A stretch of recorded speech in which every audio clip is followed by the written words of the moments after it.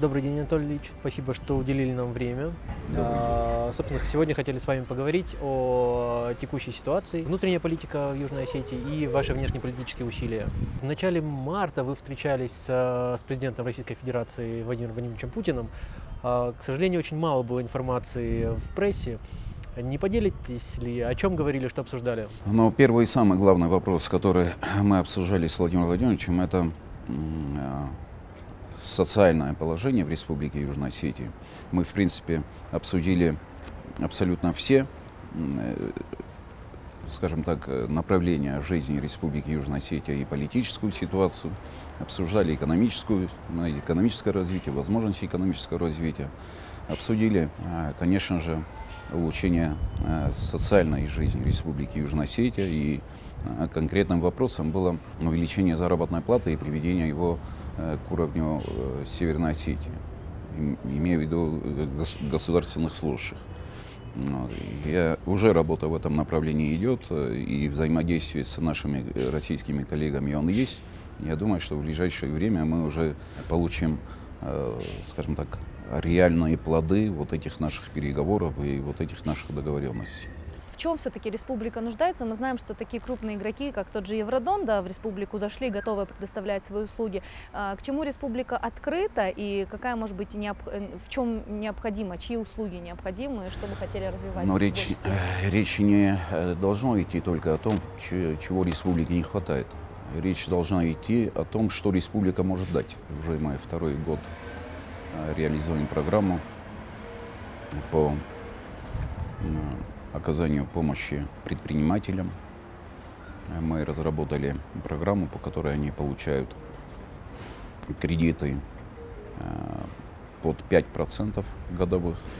Я считаю, что это серьезное достижение. Уже за два года фактически выдано около 50 миллионов для Южной Осетии. Это на самом деле серьезная сумма. Конечно, этот фонд поддержки малого и среднего предпринимательства, он будет расширяться, увеличивается фонд. Надо играть на внешние факторы, на внешний рынок. И в этом плане, конечно, больше акцент делается как раз на те предприятия и на тех предпринимателей, которые как раз, скажем так, имеют возможность в будущем работать на внешний рынок. То, что на внешнем рынке сегодня работает БТК, фабрика наша, оно есть. То, что сегодня уже создана база для экспорта яблок, это уже тоже создана база. То, что сегодня создана база по экспорту вина, тоже завод заработал, уже первые партии отгружены из Республики Южная Осетия, это тоже один из факторов. И так множество вот таких факторов, которые должны работать уже на прибыль государства, именно на повышение экономики. И очень много, не очень много, но фактически уже многие заинтересовались Южной Осетией, имея в виду развитие экономики Южной Осетии, вкладывание денег, инвестиций. И я думаю, что в этом году уже тоже на некоторых площадках мы развернем производство быстро собираемых конструкций. И я думаю, что это тоже как раз будет один из тем факторов притягательности Республики Южная Осетия для инвесторов. Южная Осетия для инвесторов. Ну вот вы заговорили про инвесторов. Инвестиционная привлекательность в любом случае создается, в регионе. Вот одно из таких направлений – это развитие туризма. Мне известно, что здесь, хоть и небольшой, но туристический кластер, как зимний курорт, создается.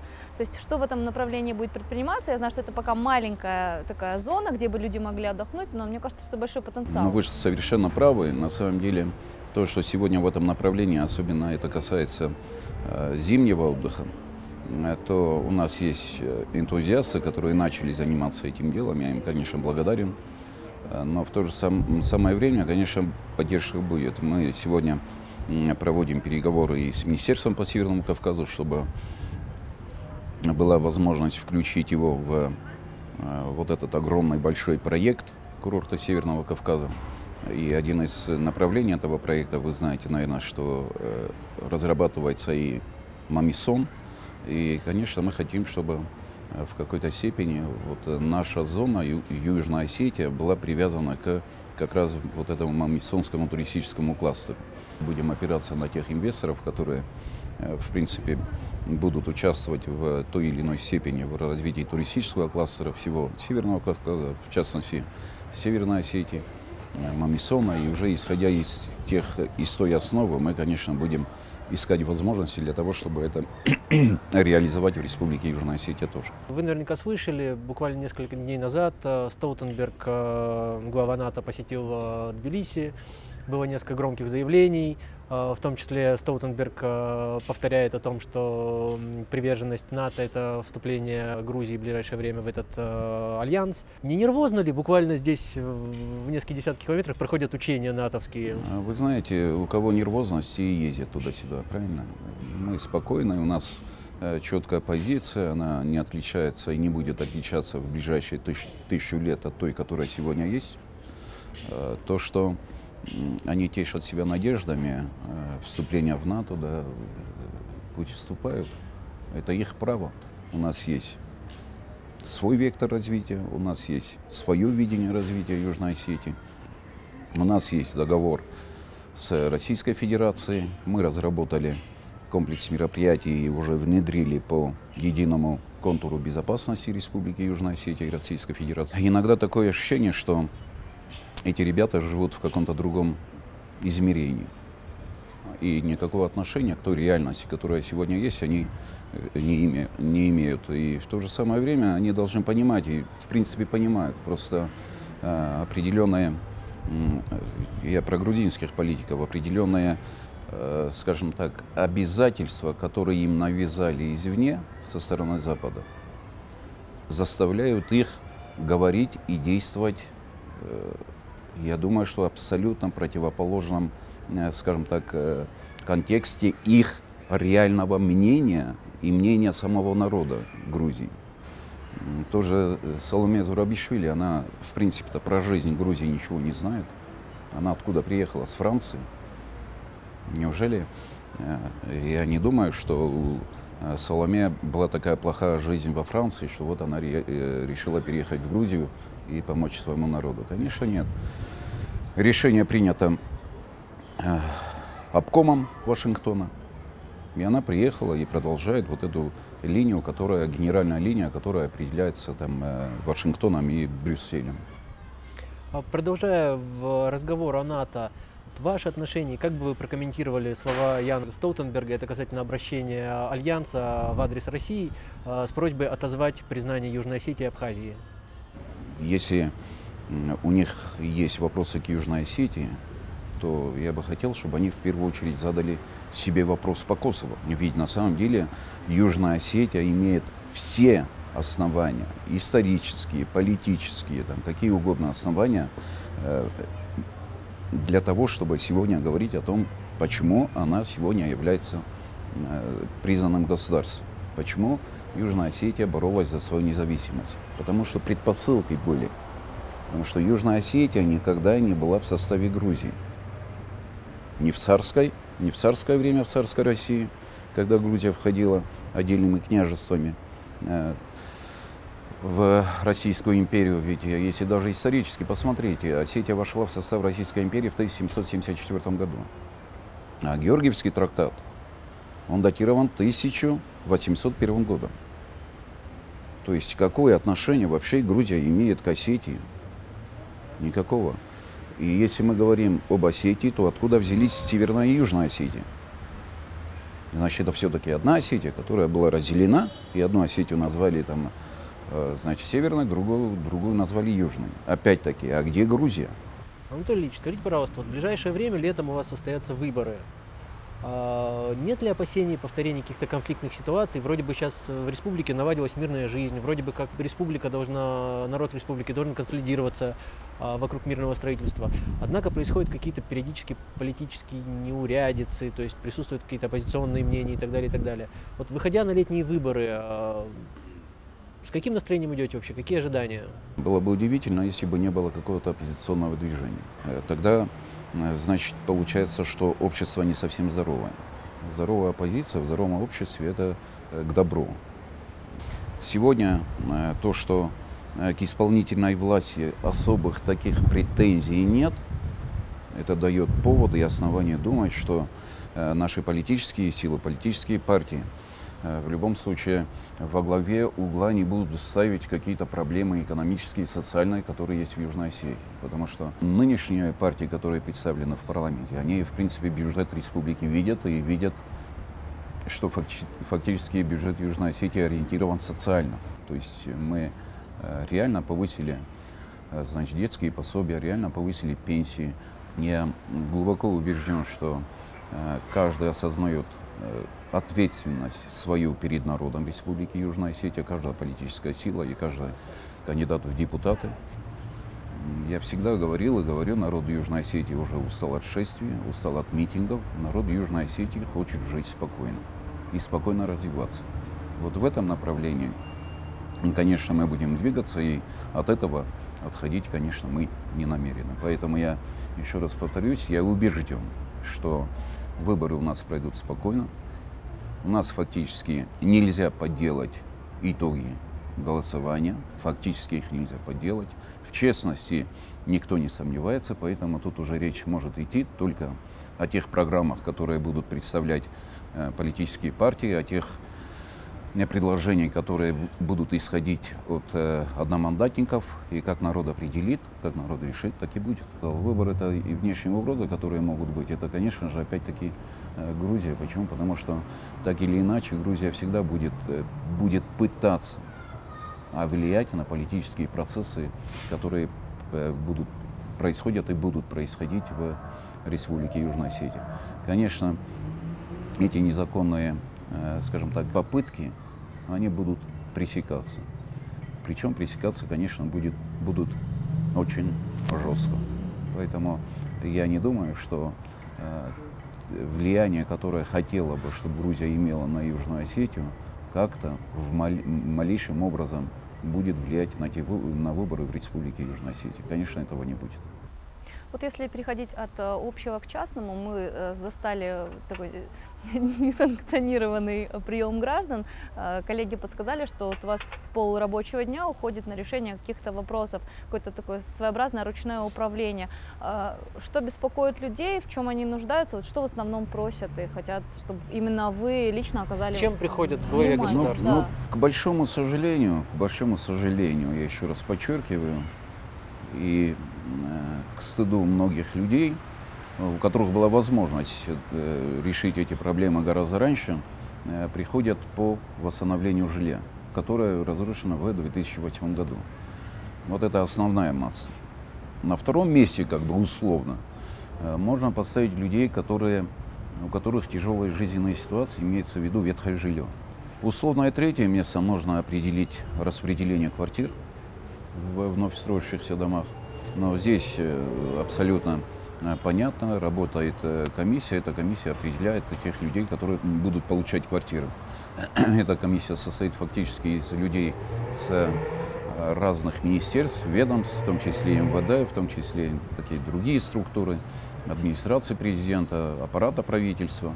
И тут мы не видим такого всплеска непонимания, потому что все понимают, что тут никаких других возможностей нет, кроме как получения жилья именно законным путем. И это людей, в принципе, успокаивает, и они уже уверены в том, что на самом деле никто там, своим родственникам, там, своим знакомым или соседям будет давать квартиру. Ну и остальное уже, конечно же, оказание помощи. Что касается оказания помощи, мы в этом году увеличили финансы на закупку лекарств со 125 миллионов до 150 миллионов.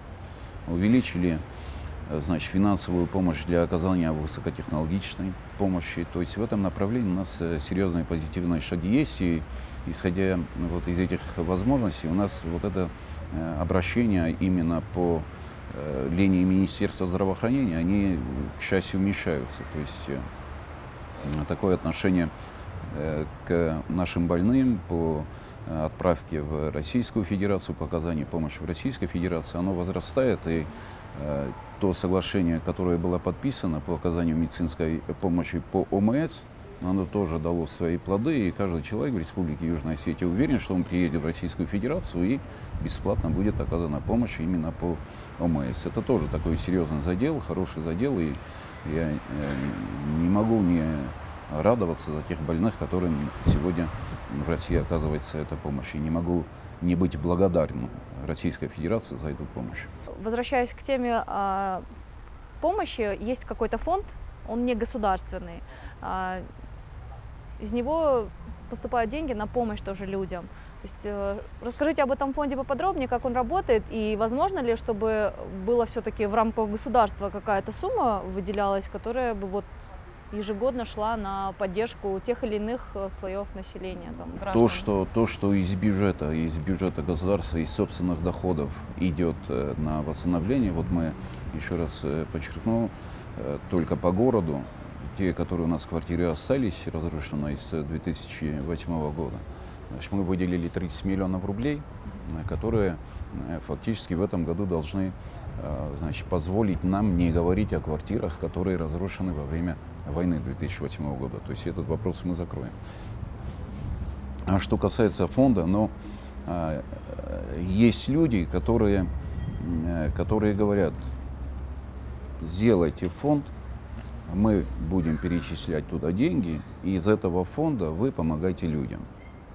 Вот как раз, исходя вот из этих просьб, у нас как раз есть фонд, куда наши же земляки, друзья мои, не осетины в том числе, они перечисляют финансовые средства в этот фонд. Конечно, мы каждый раз перед ними отчитываемся, мы говорим, что мы сделали конкретно, делаем фотографии всего, что сделано, и отсылаем, и каждый видит, что вот реально этот фонд работает, реально вот та работа, которая есть, и любой из тех людей, которые помогают этому фонду, может приехать и воочию посмотреть, что же, где за те финансы, которые он перечислил, он может сделать.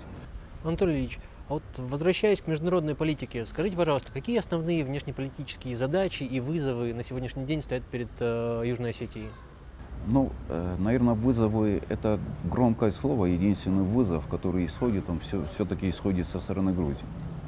В чем это выражается? Это в первую очередь в том, что до сегодняшнего дня Грузия еще не подписала меморандум о неприменении силы. Это автоматически уже угроза. Все остальное — это уже те возможности, которые будет иметь Республика Южная Осетия вместе с теми с коллегами, партнерами, в том числе и самым главным стратегическим партнером Российской Федерации по признанию Республики Южная Осетия. Это уже наши возможности, это уже наша работа. Причем эта работа, я бы сказал, идет очень даже энергично. Мы имеем много контактов с разными государствами, где переговариваемся о возможности признания Республики Южная Осетия, где мы пытаемся донести, что такое Южная Осетия, с какими проблемами она сталкивалась, его политическо-правовые основания признания и суверенитета Республики Южная Осетия. И все это уже работа внешнеполитического нашего ведомства, и, в принципе, не только внешнеполитического, но каждого государственного деятеля. Скажите, пожалуйста, у вас активно идет сотрудничество с Сирийской Арабской Республикой, а также налаживаются контакты с Ираном. Какие проекты совместные рассматриваются, как строятся взаимоотношения с этими ближневосточными государствами? Ну вот у нас только что приехала, не только что, некоторое время назад приехала как раз делегация наша, которая побывала в Сирии, определили шаги, которые необходимо сделать для того, чтобы вот те договоренности, которые были между президентом Южной Осетии и президентом Сирийской Арабской Республики, мной и Башаром Аль-Асадом, эти договоренности уже имеют тенденцию развития, раскрытия. Сейчас мы планируем открыть, значит, в Сирийской Арабской Республике торговый дом, торговое представительство. Речь сегодня обсуждается вопросы и открытия посольства в Сирийской Арабской Республике. И, конечно, вот эти процессы, они будут влиять и на расширение экономического взаимодействия. Очень много предложений со стороны Сирийской Арабской Республики, очень много предложений с нашей стороны.